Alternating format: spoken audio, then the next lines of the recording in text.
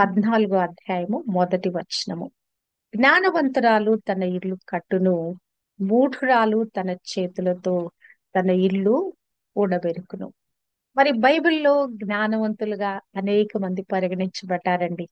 ఒక రూతు, ఒక ఎస్తేరు, ఒక అబీగయిలు తమ జీవితాలను అద్భుతమైన రీతిలో కట్టుకున్నట్లుగా మరి స్త్రీలందరికీ కూడా ఒక ఆదర్శమైన మహిళలుగా మరి వారు నిలబడుతున్నట్లుగా మనం చూడగలము. ఈ యొక్క జ్ఞానవంతురాలైన స్త్రీ యొక్క లక్షణాలు మనము చూస్తే ఆమె దేవునిని ఎల్లప్పుడూ కూడా ఘనపరిచే వ్యక్తిగా, మరి దేవుని మీద అచంచలమైన భక్తి విశ్వాసం కలిగి ఉన్న వ్యక్తిగా, అంతేకాదు దేవునితో ఒక సంబంధము అనుబంధం కలిగి ఆ దేవునికి ప్రాముఖ్యత ఇచ్చే వ్యక్తిగా మనం చూడొచ్చు.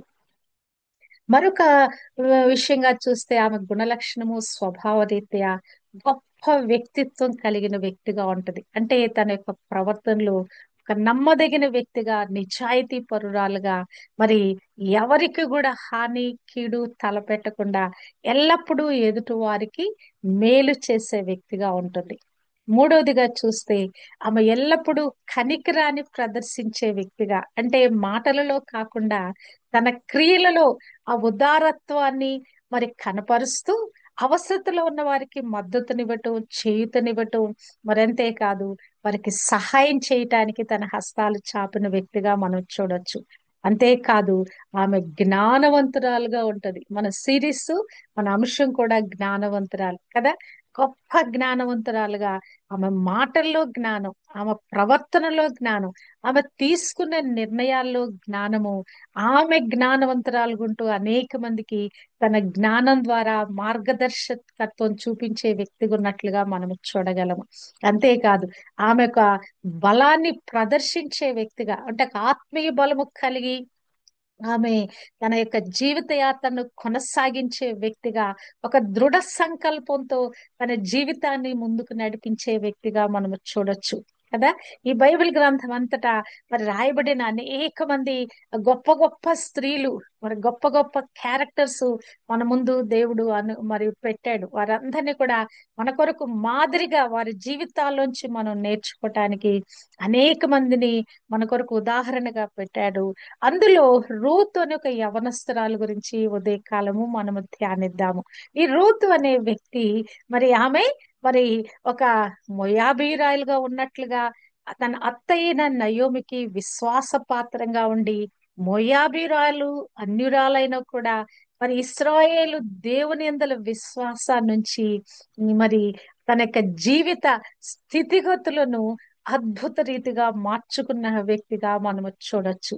ఈ రూతు గ్రంథము కేవలము 4 అధ్యాయాలు రాయబడిందండి. కానీ ఆమె కలిగి ఉన్న ఆ యొక్క జ్ఞానము, ఆమె కలిగి ఉన్న భయభక్తులు కలిగిన జీవితము, పెద్దల కలిగిన వినయ విధేయత జీవితము, ఆమెకు కలిగిన సత్ప్రవర్తన, ఇవన్నీ కూడా స్త్రీల మీద గొప్ప ఇంపాక్ట్ చూపిస్తాయి. అంతేకాదు మరి యవ్వన కాలంలోనే విధవరాండ్రుగా మార్చబడిన అనేక మందికి ఈమె యొక్క జీవిత చరిత్ర మరి చాలా ఉపయోగకరంగా ఉన్నట్లుగా మనము చూడగలము. మరి ఈమె జ్ఞానవంతురాలుగా తన యొక్క జీవితాన్ని ప్రారంభించింది. ఈ జ్ఞానం కలిగి ఉండటం అంటే ఏదో ఒక పర్టికులర్ సందర్భంలో కాదండి. ఆ జీవిత యావత్తు కూడా జ్ఞానంతోనే నడిపించుకోగలగాలి. ఈమె దేవునితో లోతైన సంబంధం పెంపొందించుకుంది గనక తన యొక్క ప్రవర్తనలో, ఆ స్వభావంలో ఒక సద్గుణమయవంతురాలుగా ఉంది గనక ఆమె మరి జ్ఞానాన్ని కలిగి ఉండటమే కాదు, ఆ జ్ఞాన సముపార్జన చేస్తూ కనికరంతో నింపబడినదై, అంతేకాదు తన ప్రవర్తన ద్వారా, తన క్రియల ద్వారా మరి గొప్ప మరి ముద్ర వేసిన వ్యక్తిగా ఉన్నట్లుగా మనము చూడగలము.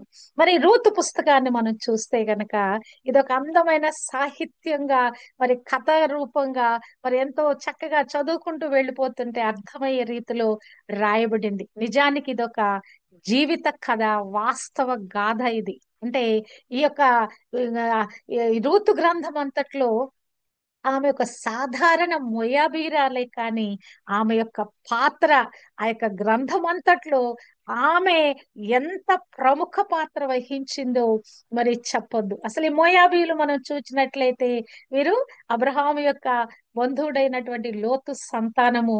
వారు విగ్రహారాధికులు ఉన్నారు. మరి ఇశ్రాయేలీయులకి వారికి మధ్య చాలా శత్రుత్వం ఉన్నట్లుగా, వారు పరాయి వారుగా అన్యులుగా ఉన్నట్లుగా మనము చూడగలము. మరి యవ్వన కాలంలోనే ఈమె మరి విధవరాలుగా మార్చబడింది. రూతు అనే పేరుకి అర్థం ఏంటంటే సాటిస్ఫైడ్, అంటే సంతృప్తి చెందినది అనేది అర్థం ఇచ్చే ఆ పేరు కలిగిన వ్యక్తిగా రూతు ఉన్నట్లుగా మనం చూడగలము. ఈ యొక్క రూతు యొక్క గ్రంథాన్ని మనము ఏ కాలంలో రాయబడిందంటే ఇది న్యాయాధిపతుల కాలంలో ఈ యొక్క రూతు గ్రంథము రాయబడింది. వారి యొక్క జీవితము ఆ న్యాయాధిపతులు ఏలిన కాలంలో ఈ రూతుకు కుటుంబానికి సంబంధించిన విషయాలు బైబిల్ గ్రంథంలో పొందుపరచబడినాయి. నయోమి అనే ఒక వ్యక్తి, ఎలీమెలెకు అనే యూదు జాతికి సంబంధించిన వారు, వారు బెత్లెహేము వాసులు. వారు ఏం చేశారంటే ఆ దేశంలో కరువు వచ్చినప్పుడు వారు బయలుదేరి వారి యొక్క మోయాబు దేశానికి వెళ్ళారట. ఎవరెవరు వెళ్ళారు?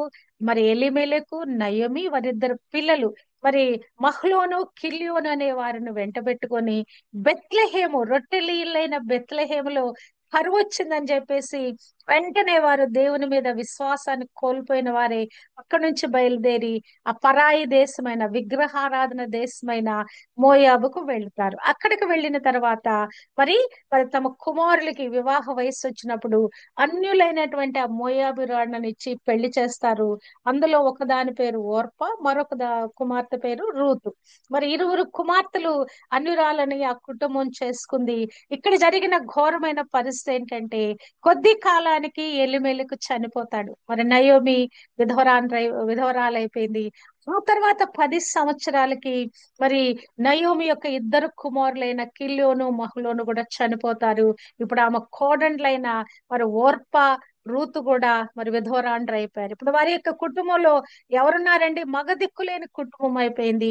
వారందరూ కూడా విధవరాలుగా ఉన్నారు. అసలు ప్రపంచంలో విధవరాలు పరిస్థితి ఎలా ఉందండి కదా? అనాది కాలం నుంచి ఈ దినం వరకు చూస్తే విధవరాళ్ళు అనే వారిని చిన్న చూపే చూస్తున్నారు కదా, తృణీకరించే చూస్తా ఉన్నారు కదా, వెలివేసిన సమాజంగా చూస్తా ఉన్న వారిని ఎక్కడ శుభకార్యాలకు రానీరు, మనుషుల్లో కలవనీరు. అవునా కదా? కదా, వారిని అణిచివేయటానికి, తృణీకరించటానికి ప్రయత్నిస్తారు.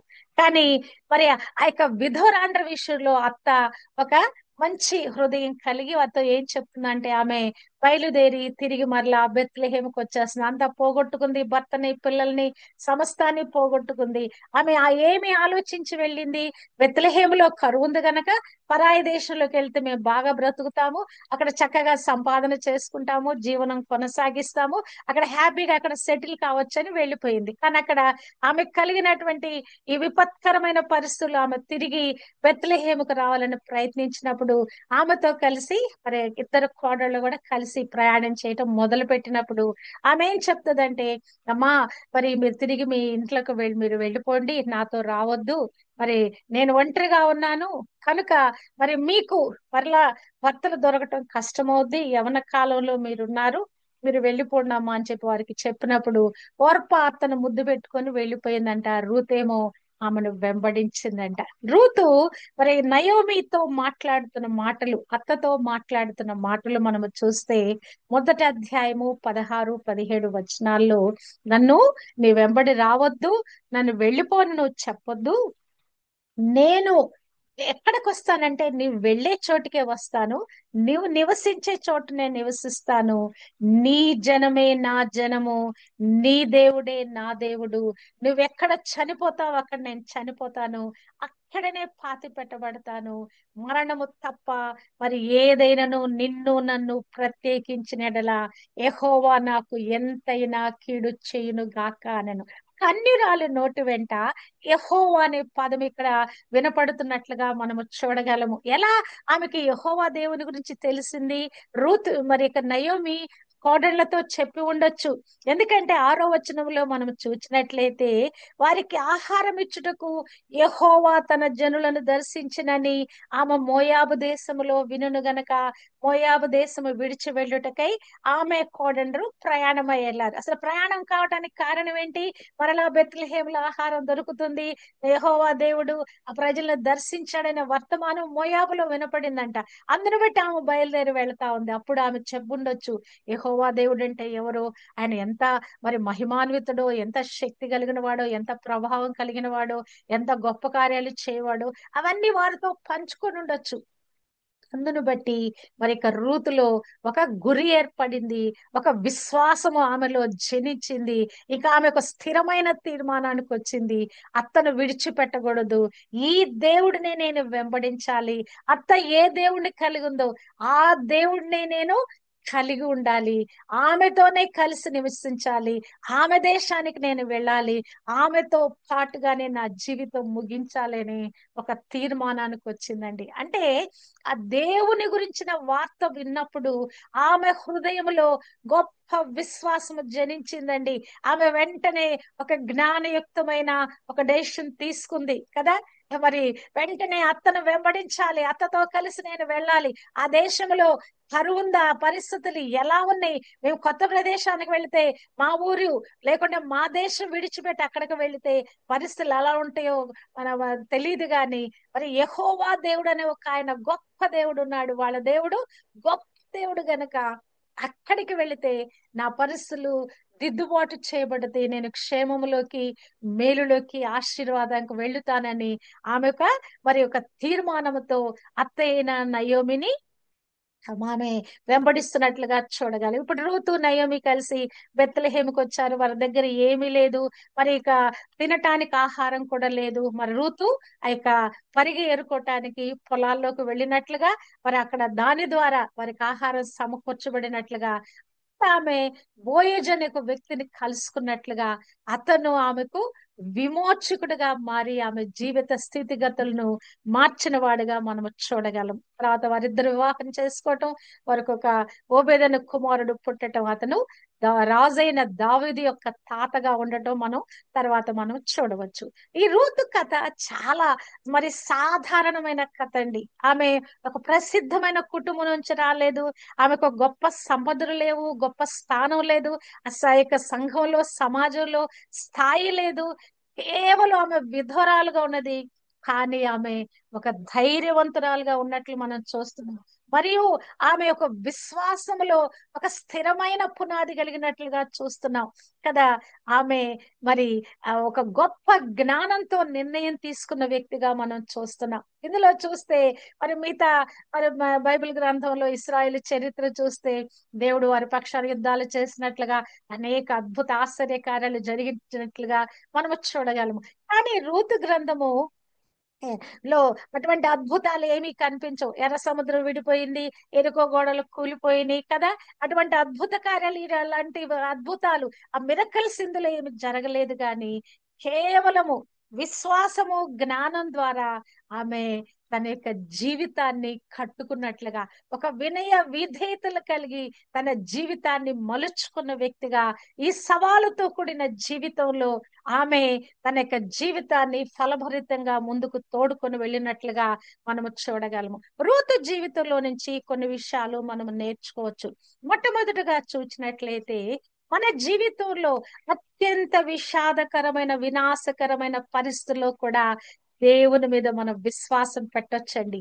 నిరీక్షణ కోల్పోకుండా ఆయన మీద ఆశ కలిగి ఉండొచ్చు. రూతు మరి యొక్క హోప్ఫుల్ డెసిషన్ తీసుకున్నది కదా. మరి యొక్క జీవితాన్ని మనం చూస్తే గనక ఇద్దరు విధవరాండ్లు బయలుదేరి మోయాబు దేశము నుంచి వారు మరి బెత్లెహేముకు వస్తా ఉన్నారు. వారికి ఏమన్నా నిరీక్షణ ఉందా? అసలు వారికి ఏమన్నా మరి జీవితం అక్కడికి వెళితే వారికి వెళ్ళగానే ఎవరైనా ఆహ్వానం పలికే వారు ఉన్నారా? వెళ్ళగానే వారికి ఏమన్నా ప్రొవిజన్స్ ఉన్నాయా? వారికి అక్కడికి వెళ్ళిన తర్వాత వారి గృహం ఎలా ఉందో తెలియదు, అక్కడ పరిస్థితులు ఎలా ఉన్నాయో తెలియదు. కానీ ఆమె విశ్వాసపు చూపు చూస్తా ఉన్నదండి. తనకున్న ప్రస్తుత పరిస్థితులు చూడలేదు. అంటే అంత ఇబ్బందికరమైన పరిస్థితుల్లో కూడా దేవుడు సహాయం చేయవాడు. ఎందుకంటే యెహోవా దేవుని గురించి ఆమె విన్నది గనక ఆమెలో ఒక గొప్ప నిరీక్షణ, గొప్ప ఆశ ఆమెలో ఉద్భవించింది. ఉద్భవించడం ద్వారా ఆమె ఏం చేసిందంటే, ఆమె ఆ నిరీక్షణ కలిగినదై, ఆశ కలిగినదై, విశ్వాసపు చూపుతో ఆమె బయలుదేరి వెళ్తా ఉన్నది కదా. ఆమె అక్కడికి వెళ్ళిన తర్వాత పరాయ దేశంలో పరిస్థితుల గురించి ఆమె చూడలేదు, కానీ దేవుని మీద విశ్వాసం పెట్టింది. తర్వాత తన అత్త యొక్క మరి ఆ ప్రేమను చూరగొంది గనక, అత్త తన గురించి ఎంత శ్రద్ధ తీసుకుంటుందో ఆమె గమనించినదై, ఆమె ఆ నిరీక్షణ లేని సమయంలో కూడా ఆమె మరి నిరీక్షణ కలిగింది. ఇక్కడ మరి బెత్లెహేం రాగానే మరి అక్కడ ఉన్నట్టు ఊరు వారందరూ కూడా నయోమి దగ్గరకు వచ్చి పరామర్శించినప్పుడు ఆమె అంటున్నది, సర్వశక్తుడు నాకు చాలా దుఃఖం కలుగ చేశాడు, మరి నేను సమృద్ధి గల దాననే వెళ్ళాను, ఇప్పుడు రిక్తురాలుగా నేను వచ్చాను కనుక నన్ను నయోమి అంటే అనక మారాని పిలవండి, ఒక సంతోషం కలిగిన వ్యక్తిగా నేను వెళ్ళాను, ఒక చేదుతో నింపబడిన వ్యక్తిగా నేను వచ్చాను అని చెప్పేసి అక్కడ ఆమె మాట్లాడుతా ఉన్నది. అంటే వాళ్ళు ఎలా ఉన్నారు ఇప్పుడు? రిక్తులుగా ఉన్నారు, ఏమీ లేని వ్యక్తులుగా ఉన్నారు. కానీ లేమిలో నుంచి దేవుడు సమృద్ధి కలుగు చేయవాడు, శూన్యములోంచి సృష్టి చేయవాడని విశ్వసించిన, పలకబడిన మాటలు విశ్వసించి రూతు తన జీవితంలో ఒక నిరీక్షణ పొందుకొని, ఒక ఆశతో మరి ఆమె ఈ యొక్క బెత్లెహేములో అడుగు పెట్టినట్లుగా మనము చూడగలము.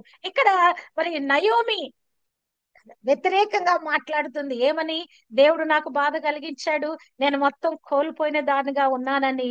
ఆమె భవిష్యత్తు మరి విషయంలో ఏమి జరగబోతుందో తెలియదు, కానీ జరిగిపోయిన జీవితంలో కలిగిన ఆ నష్టం గురించి మాట్లాడుతున్నట్లుగా మనము చూడగలము. ఎలా ఉంటదంటే, మన కలిగి ఉన్న అనుభవాల్లో నుంచి భవిష్యత్తు నిర్మించుకుంటాం మనం కదా. కానీ ఇక్కడ రూతు అత్త యొక్క సాక్ష్యం వింటా ఉన్నది.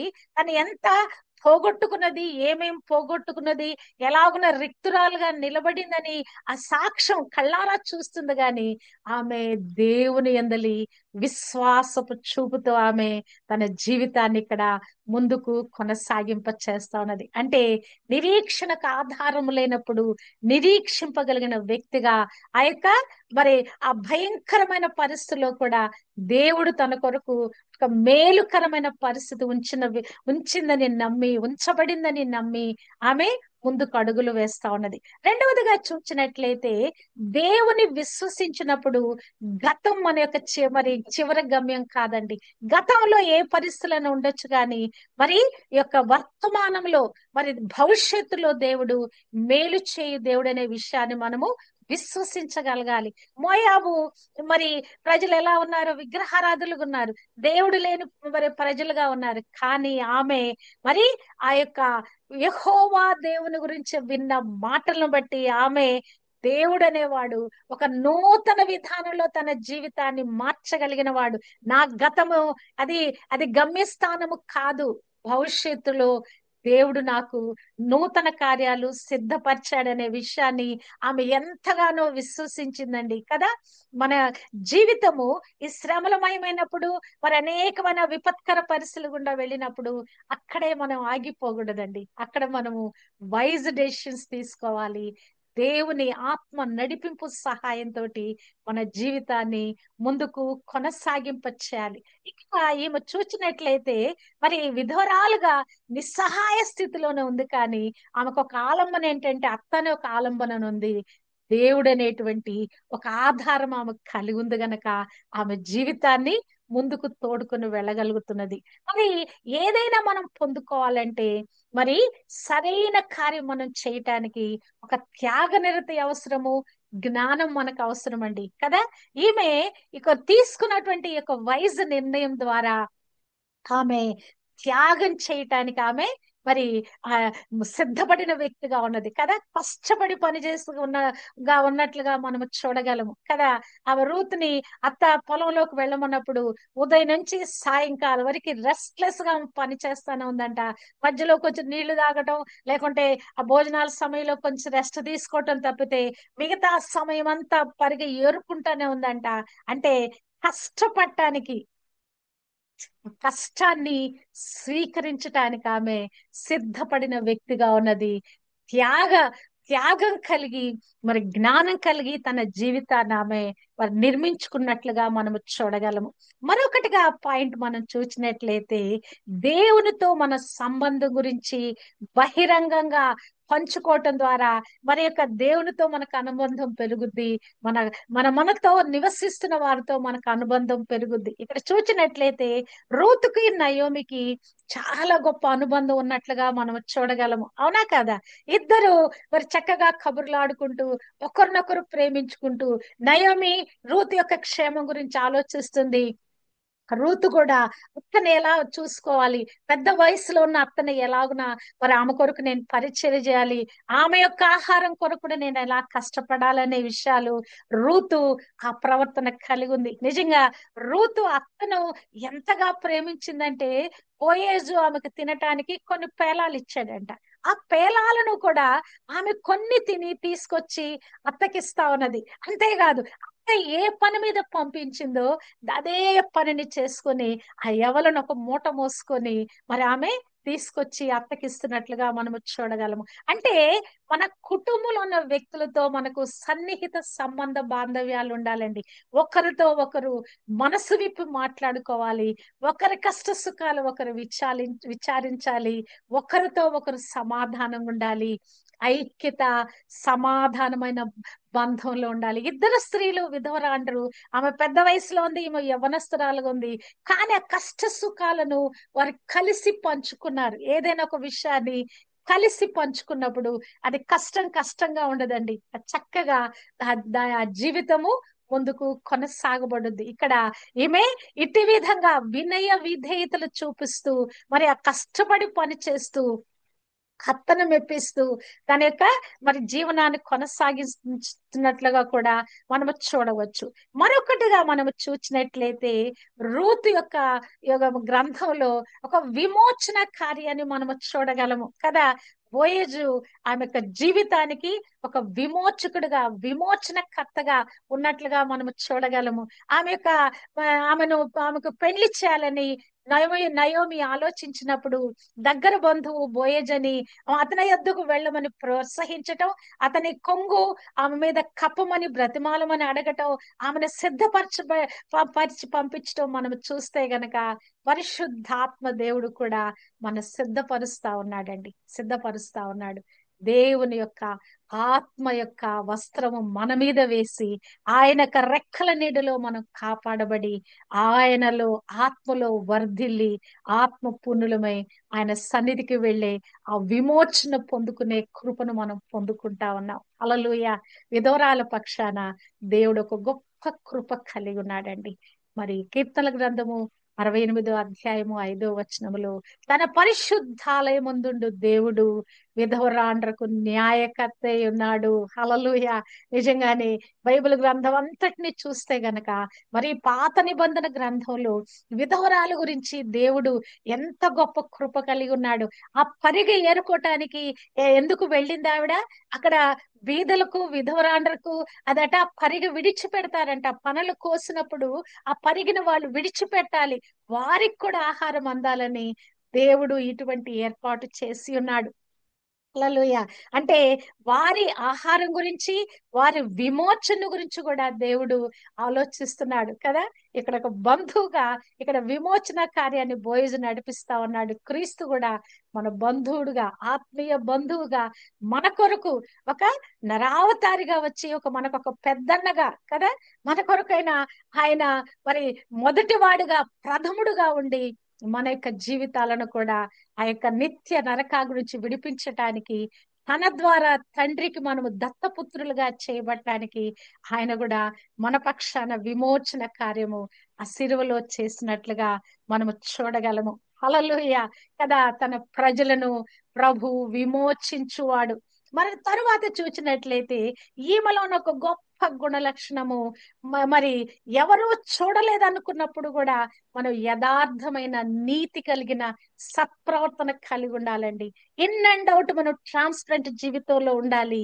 మరి ఈమె అటువంటి సత్ప్రవర్తన కలిగిన వ్యక్తిగా అనేక మంది చేత ఆమె సత్ప్రవర్తన కలిగిన వ్యక్తిగా ఇక్కడ కొనియాడబడుతున్నట్లుగా మనము చూడగలము. మొట్టమొదటిగా నయోమి ఆమెను గురించిన గొప్ప సాక్ష్యం కలిగి ఉంది కనుక ఆ కోడలైనటువంటి ఆమెను ఒక కుమార్తెగా భావించి ఆమె యొక్క జీవితాన్ని మెరుగుపరచటానికి, ఆమె జీవితాన్ని వివాహం ద్వారా స్థిరపరచటానికి ఆమె తన వంతు ప్రయత్నాలు తనని చేసింది. రెండవదిగా మరి ఆమె పనికి వెళ్ళినప్పుడు అక్కడున్న పని వాళ్ళందరూ కూడా ఆమెను గమనించారు. అక్కడ ఆ కోసే వారి మీద ఉంచబడిన వ్యక్తి కూడా బోయస్తో సాక్ష్యం ఇస్తా ఉన్నాడు. ఈమె మోయాబీరాలని యవనరాలు నయోమితో వచ్చింది. ఆమె కోత కోసే వారి వెనక నేను పనులు ఏరుకుంటానని నన్ను రిక్వెస్ట్ చేసింది. మరి వచ్చి ఉదయం మొదలుకొని ఇప్పటి వరకు ఆమె ఏరుకుంటానే ఉంది. కొంతసేపు మాత్రము ఆమె కూర్చుంది అని చెప్పేసి అక్కడ అతను మరి ఇక్కడ రూతు గురించి సాక్ష్యం చెప్తా ఉన్నాడు బోయజ్ తోటి. మరి బోయజు కూడా ఆమెను గురించి ఒక సాక్ష్యం చెప్తా ఉన్నాడు. అయ్యా, నా గురించి ఇంత నీకు దయగలగటానికి ఏంటి కారణం అన్నప్పుడు అతను చెప్తా ఉన్నాడు. 2వ అధ్యాయము మరి 6, 7, 11, 3, 10లో చూచినట్లయితే, నీవు నీ తల్లిదండ్రులను నీ జన్మభూమిని విడిచి ఇంతకు ముందు నీవు ఎరుగని జనమునొద్దకు వచ్చిది. 3:11లో రాయబడిన మాట, ఇదిగో కుమారి భయపడకుము, నీవు యోగ్యురాలవని నా జనులందరూ ఎరుగుదురు. హల్లెలూయా. ఒక వ్యక్తి సాక్ష్యం కాదండి, ఇద్దరు వ్యక్తుల సాక్ష్యం కాదండి, ఆ ఊరి వారందరి సాక్ష్యాన్ని మరి తన మంచితనం ద్వారా, తన సత్ప్రవర్తన ద్వారా ఆమె ఈ సాక్ష్యం పొందుకున్నట్లుగా చూడగలము. అంటే యెహోవా యందు భయభక్తులు కలిగి ఉంటే అది జ్ఞానమునకు మూలము. యెహోవా యందు భయభక్తులు కలిగి ఉండటం ద్వారా చెడుతనాన్ని విసర్జిస్తాము. యెహోవా యందు భయభక్తులు కలిగి ఉండటం ద్వారా వినయ విధేయతలు కలిగి ఉంటాము. యెహోవా యందు భయభక్తులు కలిగి ఉంటే ఒక సత్ప్రవర్తనలో మనము జీవిస్తాము. అది ఎవరు కనిపించుకోవటానికి కాదు, కానీ మనలో మనమే ఈ సత్ప్రవర్తనని గుణలక్షణము మనం కలిగి ఉంటాం కదా.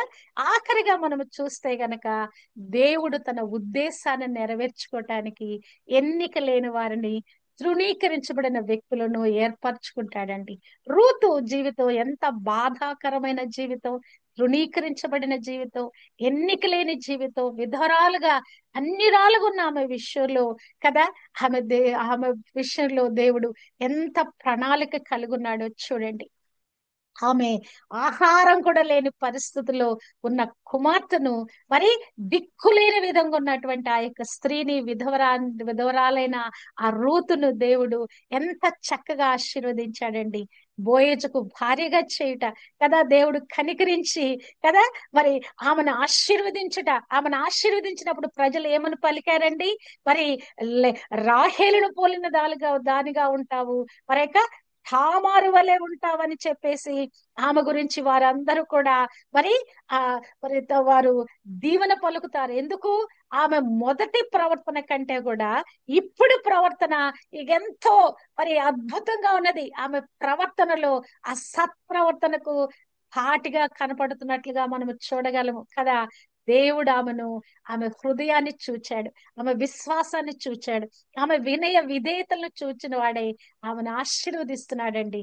ఆమె ఆ యొక్క రాహేలు వలె దీవించబడ్డావు కదా, తామారు వలె అనేక మంది పిల్లలతో దీవించబడ్డావంటే నిజంగా రూతు ఎంత ధన్యురాలండి. విధవరాలే కానీ గొప్ప ధన్యత పొందుకుంది. అది కేవలము దేవుని యందలి విశ్వాసాన్ని బట్టి ఈ ధన్యురాలుగా మార్చబడింది.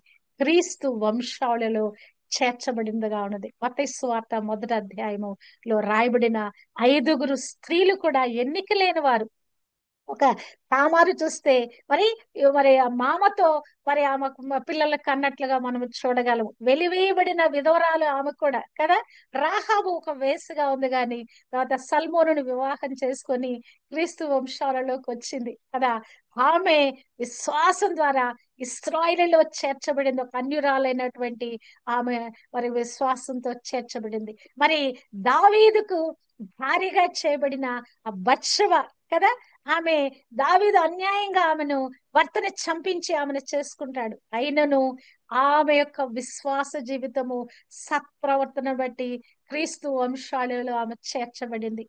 రూతు కూడా విధవరాలైన తనకు కలిగిన విశ్వాసము, అంతేకాదు ఆ యొక్క మరి ఆ ఆ సత్ప్రవర్తన బట్టి దేవుడు ఆమె హృదయాన్ని చూచిన వాడే ఆమెను కూడా క్రీస్తు వంశాల్లో చేర్చాడు. మరొక వ్యక్తి కన్యకన మరే కూడా కదా, ఆమె కూడా మరి ఎంతో దీనురాలు కదా, ఆమె దీనత్వాన్ని బట్టి పరిశుద్ధురాలైన ఆమెను కూడా తన వంశాల్లో చేర్చుకున్నాడు. హల్లెలూయా.